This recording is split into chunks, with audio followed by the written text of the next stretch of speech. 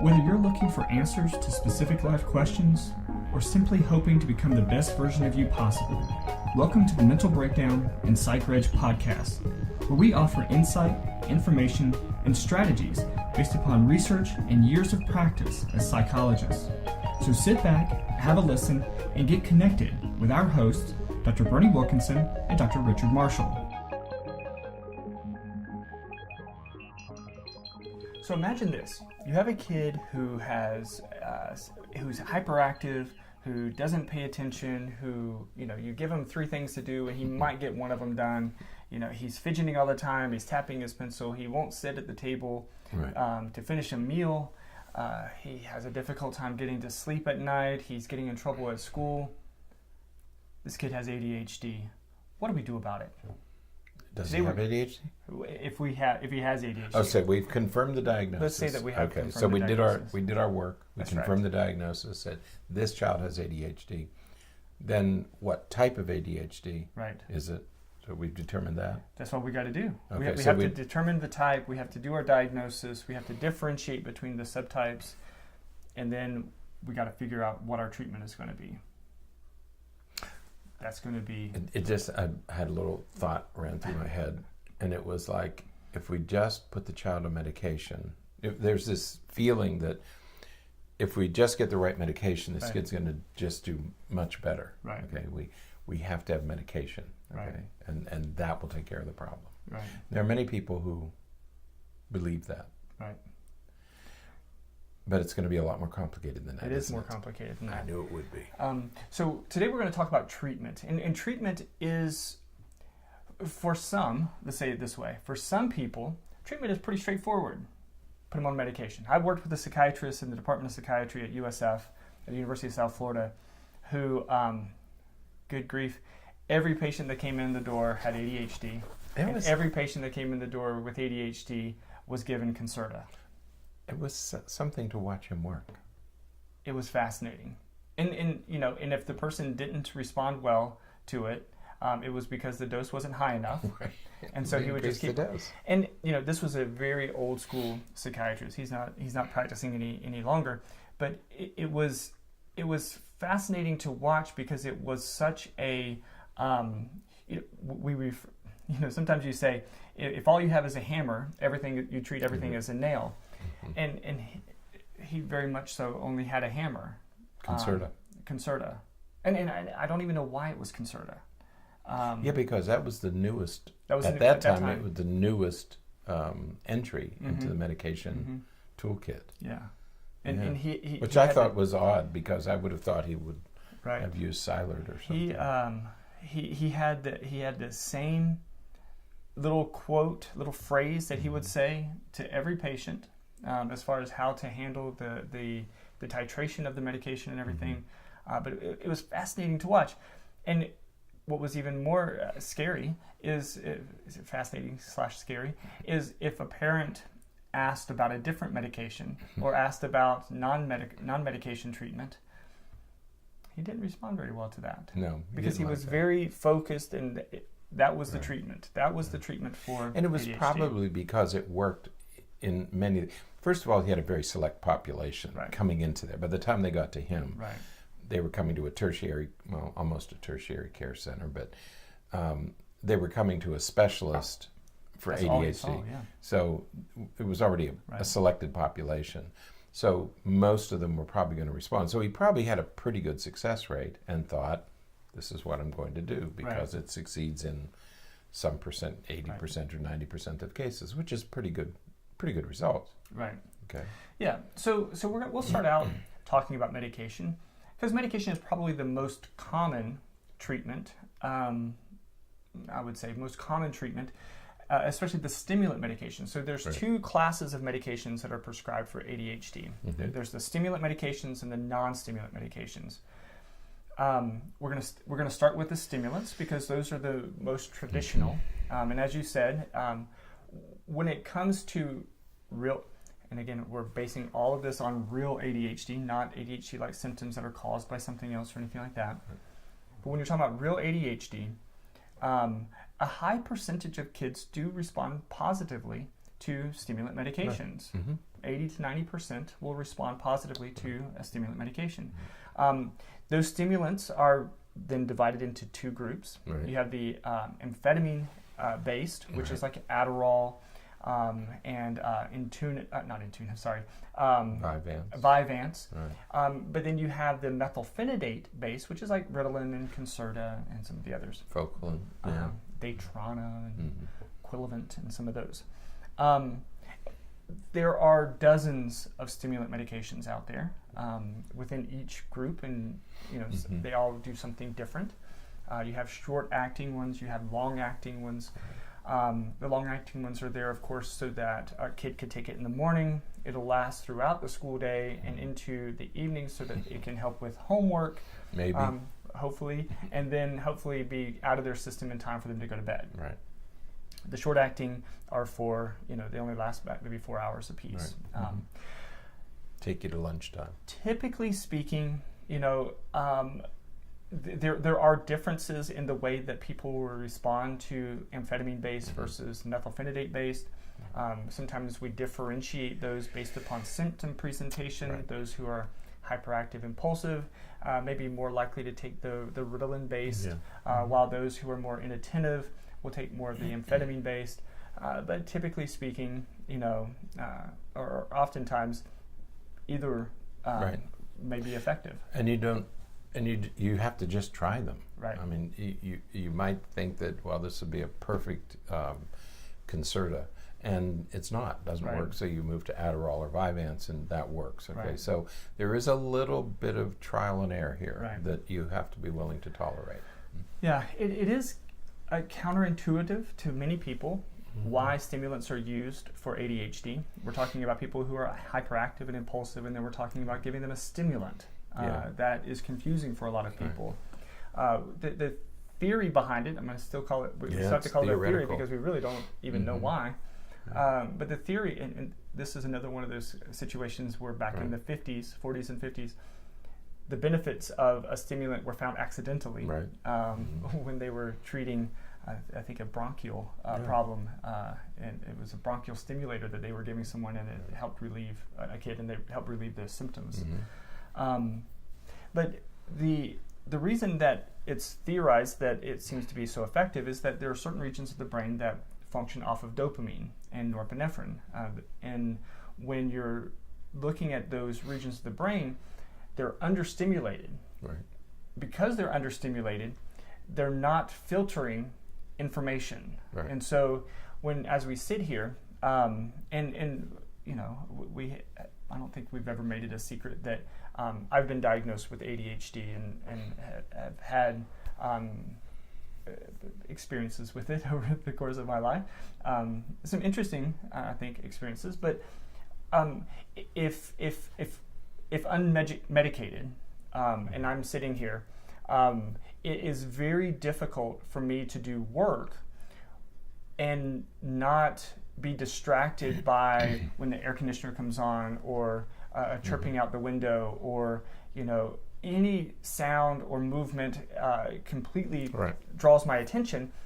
And because it draws my attention, it takes me off task. It makes it very difficult for me to get work done. But with a medication, the regions of my brain that filter unimportant information is stimulated, and so then I can ignore that, and I don't have to pay as much attention to it, and I can stay zoomed and focused in what I need to focus with. Right. Yesterday we were talking about the causes. Right. And or 2 days ago, I guess, we were talking about causes, and we talked about different brain structures, 5 of 7 brain structures. Right. As it turns out, all of those structures function one way or another to control how information moves through your brain, and what you attend to and what you don't attend to, and being able to inhibit things, which is what you're talking about. Right. Okay, so those 5 structures are all involved in those processes. So if you use medication and you increase how well those things work, then you get rid of some of the symptoms, or you decrease some of the symptoms, right? Yeah. So the medication is acting on the same structures that we know are not working well in children and adults with ADHD. Okay, so that's what the medication does, right? And what we always say is medication, however, doesn't cure the problem. Right. It simply makes the child available for the other things that you have to do. Right. I don't know of any child who was given medication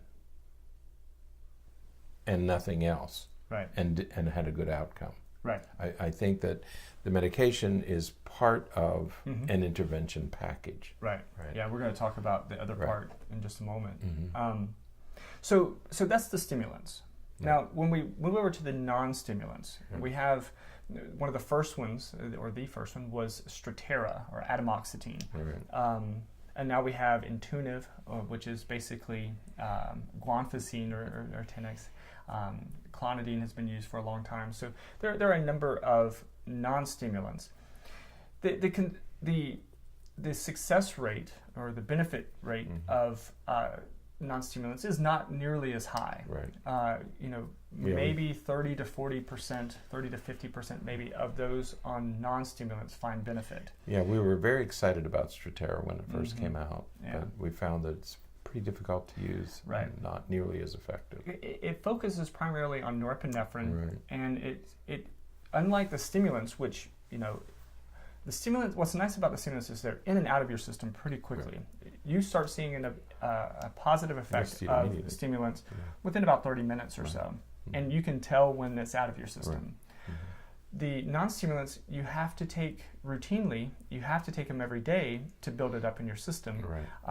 So you may not see any benefit. If you're going to see any benefit, you may not see any for 3 to 6 weeks. Or more months. Sometimes. Yeah, sometimes it's measured in months, and it takes a lot of patience. If you can eventually get there, but it's been a much more difficult task than the stimulants. They are helpful in situations where the kid has, or the person has, comorbid anxiety or depression or something like that. Bipolar disorder. But otherwise, it's they're not as beneficial for kids who have straight run-of-the-mill ADHD. Is that fair? It is. Yeah, I was disappointed. Yeah. Quite frankly, because we were very excited that we would have a non-stimulant treatment, and that we could target norepinephrine. Right. And that held great promise. Right. But it hasn't worked out as well as we had hoped. So the last thing we're going to say about medication is that sometimes you will find physicians who engage in what we'll just call polypharmacy. And so they'll put a person on a stimulant medication, and if that person, we mentioned earlier this week that a lot of times people with ADHD have difficulty sleeping. Right. What you'll find is that sometimes in the evening they'll put them on a medication to help with sleep. So there are different ones that are used. Probably the most common combination is a stimulant medication in the morning, and either a guanfacine-based or a clonidine-based alpha agonist for in the evening. Those are blood pressure medications that are actually been used in ADHD for decades. I mean, they've been used for a long time. But they help sort of slow things down and help the person get to sleep. Help you with sleep. Intuniv, for example, is guanfacine, and while it's considered it can be used as a primary medication for ADHD, it was really developed to use in conjunction with Adderall. Right. I mean, it was really developed for that. So you would take Adderall in the morning and Intuniv in the evening, and it helps sort of provide 24-hour treatments for helping with sleep and school. Guanfacine. From like guano. There's a relationship between those two. What's guano? Bat guano. Bat poo. Guanfacine. So where does that come from? But both clonidine and guanfacine are blood pressure medications. They were used for years and years and years for blood pressure. We knew it as Tenex. I mean, normally we would see Tenex. Tenex and Catapris. Yeah, or the trade names. Those were the things that we typically saw. Now they've refined them, and we have Intuniv and Capve is the other one. Cap with a K are the new brand names for these older medications. Yeah. So as you said, the medications are beneficial. They don't cure. They just temporarily treat. Right. And as you said also, they work to make the person available to do all the other work that they need to do. To do everything else. And the other work happens at home, at school, in different settings. Right. So as we get into more of the psychotherapeutic side of treatment, we're talking about some behavioral things, we're talking about some cognitive things, we're talking about specific cognitive skills. We mentioned earlier this week that people with ADHD have some difficulty with behaviors that are usually associated with the executive functions, the frontal lobe stuff, organization, planning, focus, inhibition, and those kinds of things. While medication helps the person attend, it provides a little bit of time so that you can make a better decision, so maybe you're not quite so impulsive. The medication is not going to make somebody organized. It's not going to make you be able to plan out and to maintain a schedule and to maintain a routine. It's not going to do those things. And so that is much of the work that has to be done once the person is available to be able to learn those things. Right, that's the executive function part. Right. Okay, that's one. The problem with ADHD is that it has multiple effects. Right. You mentioned the executive functions, which are inhibition, attention, short-term memory, organization, the ability to organize, plan your day, self-monitor, plan what you need, keep track of your belongings for school-age kids. All those things come under the broad heading of executive functions. And if you have ADHD, those things get compromised, okay? Because they also exist in the same parts of the brain that ADHD affects, right? And so the medication will help, but you still have to, the child still has to learn how to do those things. Right. If you don't have ADHD, you still have to learn how to be organized. Right. If you do have ADHD, you still have to learn how to be organized. And so there's a teaching process that has to occur whether or not you have the disorder. Right. So just because you give medication, what the medication does is, okay, now you can learn how to do all these things. But somebody has to be teaching you how to do those things. Right. And if you don't do them, you're going to experience some consequences. You shouldn't be relieved of the consequences. Right. It's not that, oh, I can't because I have ADHD. No, it's more difficult because you have ADHD. Right. There's no can't here. It's just you have a bigger challenge. Right. You still have to learn the same things. Absolutely. Yeah. And so we primarily work on those things through parenting strategies. That's right. Direct instruction, direct teaching to the person about how to be organized, how to plan, how to structure their life and their world. So we can teach some of those skills directly. We work a lot with parents on developing a structure and system for the environment. But as we said earlier this week, many times kids with ADHD have parents with ADHD, and so that's really difficult for them. That creates another problem. But the other thing about, most parents are able to teach children these things sort of in the course of child development, okay? Right. And you use reward and punishment systems, and okay, you didn't do it, so now we're going to take this away. And for 80% of kids, that works fairly well. Okay, these kids with ADHD don't respond as well to those things, and so many parents need additional training to learn how to deal with a child, how to do these same things, but with a child with ADHD. Right. You might have to do something 6 or 7 times with a child with ADHD, where you do it 2 or 3 times with most normally developing children without ADHD get it after a couple of tries. Right. Kids with ADHD have to go back and do it over and over and over and over again. And parents can easily get frustrated with that if they're not accustomed to dealing with a child with ADHD. Right. I always said my son's best teacher had 4 boys with ADHD because she got it. She understood exactly what he was like, and his best year in school was the year that he had her, because she had raised 4 boys and knew exactly what he needed in order to succeed, and he did. Right, absolutely.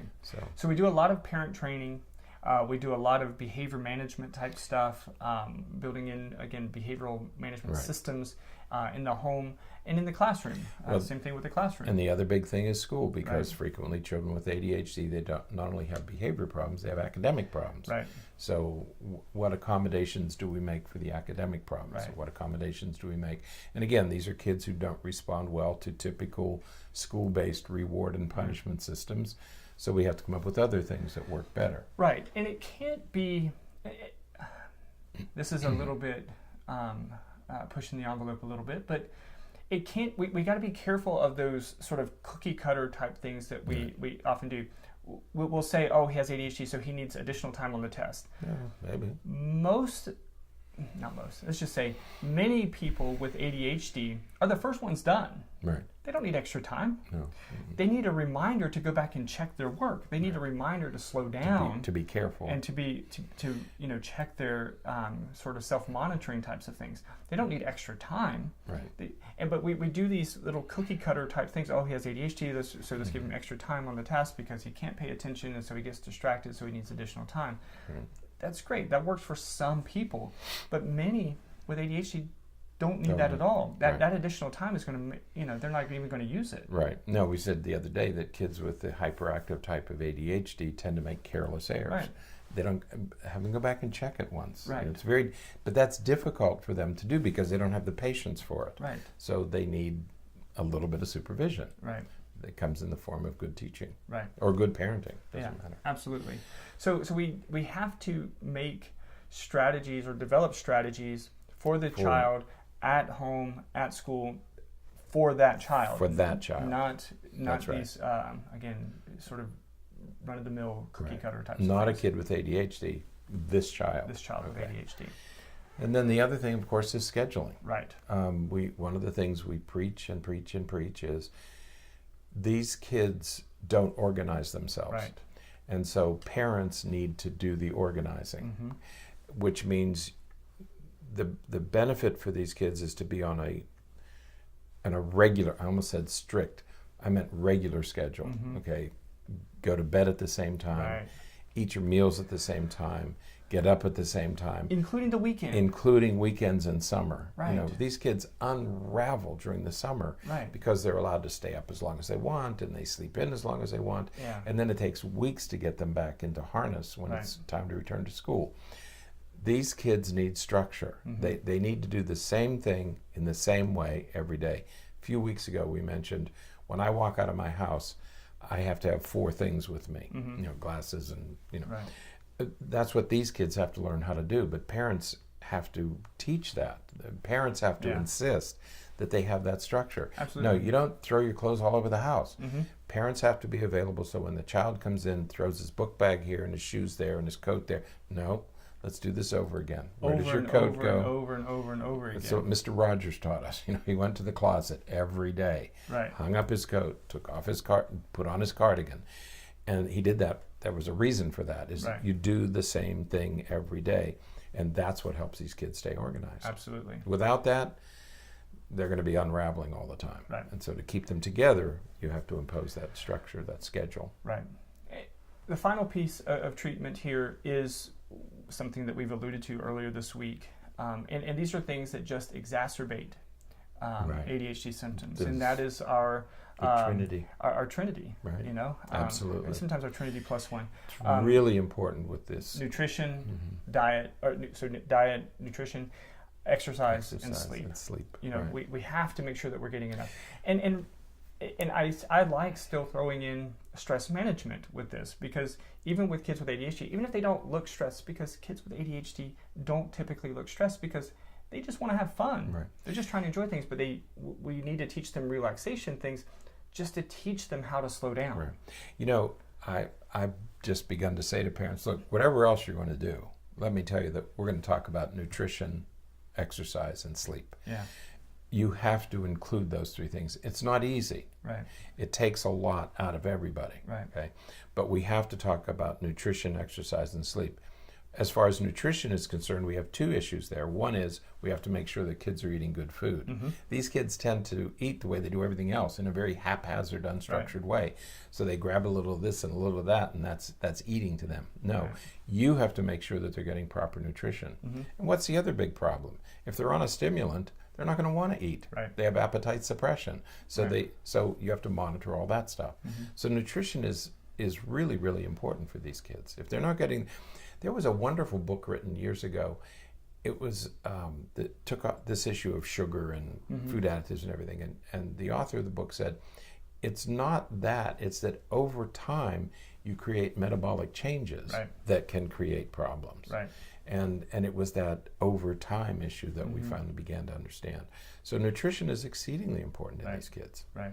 As is sleep. Sleep and exercise. You have to, I always find it interesting when parents of kids with ADHD come in and say, if I could just get him out of the house, because when he comes home tired from exercising and playing outside, when he comes home tired, he's so much easier to, he remembers things, he knows what he needs to do. It's stimulating. I think of the kid who's out playing all day, as we always say when we were kids. We were out playing all the time, so we got tired. And it was easier to sleep. It's easier to sleep when you're tired. Versus a kid who's playing video games for 4 or 5 hours because he goes to bed. Because two things happen. Number one, they don't get tired, physically tired. Right. And number two, their brain is stimulated by the video game. Right. Okay. And so you're doing exactly what you shouldn't do to have good sleep hygiene. Right. Okay. And so exercise, not just walking around the block once or twice, but real hard physical exercise so that you get tired. Right. Absolutely. I mean, we would play for hours and then say, I'm ready to go to sleep. Yeah. But if you're sitting there playing video games or watching TV, you don't get tired. Right. It's not in the same way. No. So we have these components of treatment, from medication, parent training, behavior management stuff, schedules, school, and the trifecta. Right, the Trinity. The hat trick. The hat trick. Isn't a hat trick 3? Yeah. Yeah. Okay, so it's the hat trick. The hat trick. Right. So we have to include all of those pieces. Even if they're on medication, and medication is managing all their symptoms well, you still have to do all those other things, or else they'll become a teenager and decide they don't want to take the medication anymore, and they're going to have all those problems still. Yeah, many parents are reluctant or resistant to medication. Yeah. And to them I say, okay, that's fine. Let's do the other 4, okay? And maybe if you do the other 4 well, maybe you can avoid medication. Right. But if it'll take a little bit longer. Right, and it's going to be hard. I mean, it's going to take time. Right. It's going to take effort. You're going to have to devote most of every day to this. Right. But it's okay. Let's do it. If you can do it and not use medication, that's fine. But if you do these 4 things and you think, I just need a little bit extra, then you can use the medication. Absolutely. So either way. Yep. All right, that's it. Is it? That's it for today then. That's all we get to talk about? Yeah. With ADHD? That's it. Okay. So the most researched topic in child psychiatry. I think so. Yeah, it's been around for a long time. Right. So, all right, until next time then. Stay happy, stay healthy, and forget to be afraid. Thanks for sharing this episode of the Mental Breakdown and Psychreg podcast. Be sure to check out the show notes for links to follow us on Twitter and subscribe to our YouTube channel, where you will find all of our previous podcasts and much more. We would be honored if you would become a patron through patreon.com, where any donation you can manage will go to the development and creation of more content. Just visit patreon.com/thementalbreakdown for more information. Thanks again for listening. Have an awesome day, and we look forward to being back in your feed tomorrow morning.